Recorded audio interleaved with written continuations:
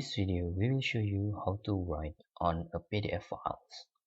In here, we have example of PDF files, and if using PDF viewer like Acrobat Reader, we cannot edit or typing text in here. Then we need to use application called Nitro. Using Nitro Pro, we can open, edit, and add text on PDF files. We can click open, for example in here.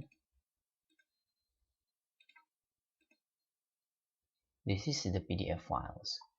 You can using edit tools, or if you want to type new text, you can using type text in here. For example, let's using edit tool. You can just edit text.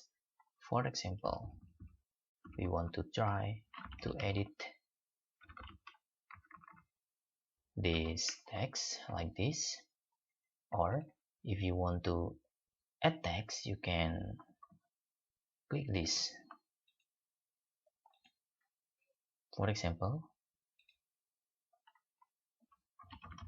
this is a PDF file.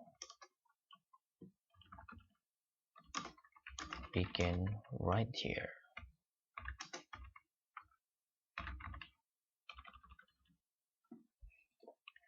If you want this software, you can see in the link on the description of this video.